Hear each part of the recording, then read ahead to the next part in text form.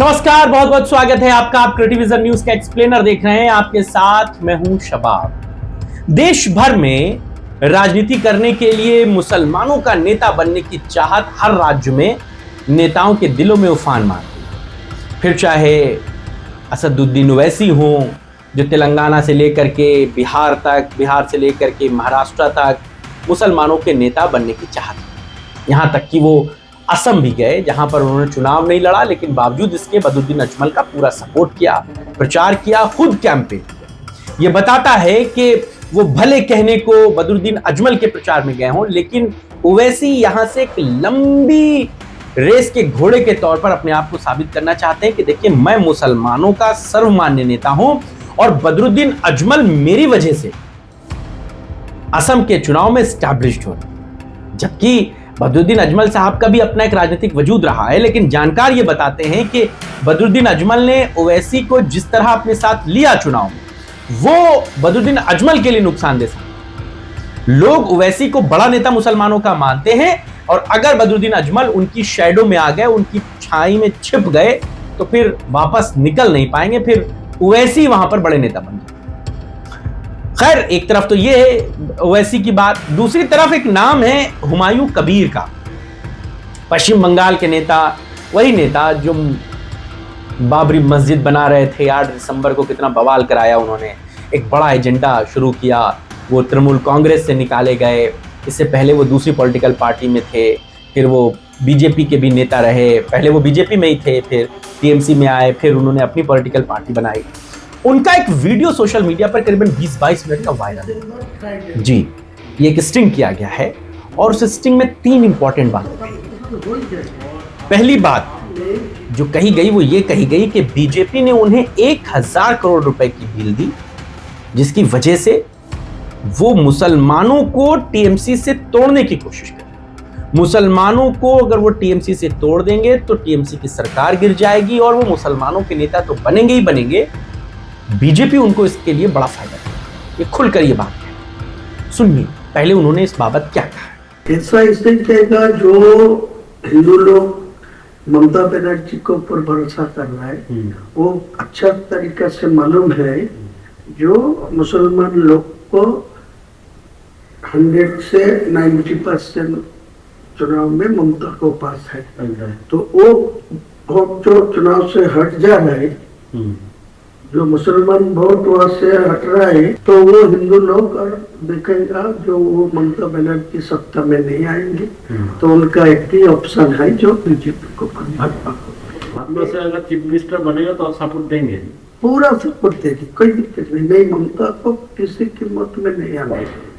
मान लीजिए ऐसा कुछ पोजीशन हो गया कि आपके पास मान लीजिए 50-60 आसन आ गया, और भाजपा का होगा तो टीएमसी के पास बराबर का होगा, तो उस वक्त अगर आप टीएमसी को वो लगाएगी मेरे को सपोर्ट लेने के लिए, लेकिन मैं नहीं दूंगी, मैं भाजपा को देती। लेकिन आप अंडरग्राउंड में आपको सब जो एग्रीमेंट होता करना चाहिए कर लीजिए, कोई दिक्कत नहीं। लेकिन पहले मैं ये आपको खिलाफ ही बोलूंगी, भाजपा के खिलाफ ही बोलना चाहिए, नहीं तो ये वोट इकट्ठा मेरे पास नहीं आएगी, फिर वो ममता बनर्जी को पास डाल देंगे। मेरा जितना ममता बनर्जी को खिलाफ बोलेंगे उतना ही भाजपा को खिलाफ बोलेंगे। वो लीडर ऑफ द अपोजिशन को सब मेरे पास हुआ, वो शुभेंदु अधिकारी बोला जो अब दिल्ली जाएगी 22 तारीख को बाद, मैं भी जाऊंगी, अलग करके आपको सेंट्रल लीडरशिप को सब बात करा दी। फिर डायरेक्ट और जो मोहन यादव जी है ना, मध्य प्रदेश मोहन यादव, वो मेरा साथ कनेक्शन रखते हैं। वो लोग बोला जो पीएमओ के साथ मेरा बात हुआ, आपको साथ कनेक्शन रखने के लिए वो लोग सीएम भी अपने साथ कनेक्शन सीएम डायरेक्ट मुझे हम लोग को इन्फॉर्मेशन था असम का सीएम, असम का जमींदारी दिया, लेकिन बाद में पीएमओ असम को जोड़ के रखा, लेकिन डायरेक्ट मोहन यादव जी को मेरा साथ बातचीत करने के लिए, तो दोनों को ही मेरा कनेक्शन में है। आपको 100 से 110 20 तक जा सकता भाजपा, लेकिन आपको 148 नहीं मिलेगा। जितने ही शुभेंदु अधिकारी जी बोली है उनको मैं बोला, तो बोले ठीक है, आप को तो जोड़ के और मोहन जी मुझे बताया जो आपको जो 70-80 जो सीट आपको मिलेगा तो डायरेक्ट आपको डेप्यूटी दे दूंगा। सुना आपने 1000 करोड़ की डील की बात। अब दूसरी बात आपको बताऊं। दूसरी बात ये कि वो कहते हैं कि अगर वो ऐसा करने में सफल हो गए तो बीजेपी उन्हें डिप्टी सीएम बना देगी। डिप्टी सीएम, पश्चिम बंगाल में जब सरकार बनेगी तो उन्हें डिप्टी चीफ मिनिस्टर बना दिया जाएगा। इस बात को भी हुमायूं कबीर कहते हैं। और तीसरी और इंपॉर्टेंट बात कि वो इस पूरे मामले के लिए जिस आदमी का नाम लेते हैं वो शुवेंदु अधिकारी। वही शुवेंदु अधिकारी जो ममता बनर्जी के खिलाफ चुनाव लड़ रहे हैं, वही शुवेंदु अधिकारी जो पश्चिम बंगाल में बीजेपी के खेवनहार बने हैं, वही शुवेंदु अधिकारी जो हुमायूं कबीर की राजनीति को भी चौपट कर देते हैं।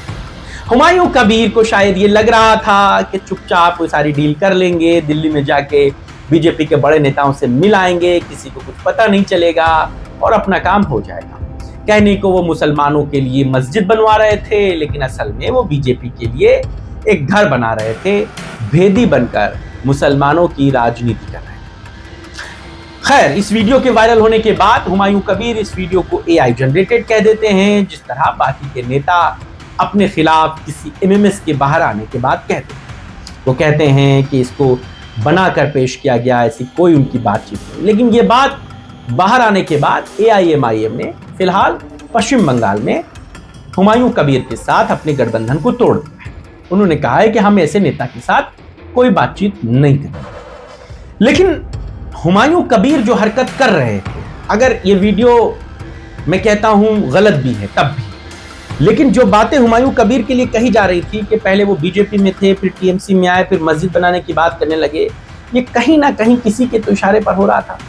वरना क्यों आपको मस्जिद बनाने की जरूरत पड़ती, और वो भी उस नाम से जिस नाम से देश में सबसे ज्यादा विवाद है। तो असल में हुमायूं कबीर एक विवाद पैदा करना है और इसका बड़ा नुकसान हुमायूं कबीर को आप इस चुनाव में देखेंगे। सेकेंड फेज की पोलिंग बची है और जिन इलाकों में पोलिंग होनी है उनमें हुमायूं कबीर को चुनाव लड़ना है, उनकी पार्टी को लड़ना है। तो ऐसे में हुमायूं कबीर ने अपना तो नुकसान कर ही लिया, साथ ही साथ मुसलमानों के साथ एक बड़ा धोखा किया। मुसलमान इस बात से बड़ा अब अवेयर हो गया है कि हुमायूं कबीर जैसे नेताओं का उसको क्या इलाज करना है। क्या सोचते हैं आप हुमायूं कबीर के इस वीडियो के वायरल होने के बाद, और जिस तरह वो मुसलमानों के वोटों की डील कर रहे थे, वो तमाम चीज़ें सार्वजनिक होने के बाद आपका क्या नज़रिया है? क्या ये वीडियो आपको सच लगता है? हुमायूं कबीर इसी मिजाज के, इसी तरह के नेता हैं? अपनी राय हमें बताइए। आपके राय और विचारों का इंतजार रहेगा। फिलहाल हुमायूं कबीर की पॉलिटिक्स इस समय खूंटी पे टंग गई। समझते हैं ना, खूंटी पे टांग दिया जाना। वो कपड़ा जो पहना ना जाए वो खूंटी पे टांग दिया जाता है। हुमायूं कबीर की राजनीति भी पश्चिम बंगाल में कुछ ऐसी ही हो गई। नमस्कार।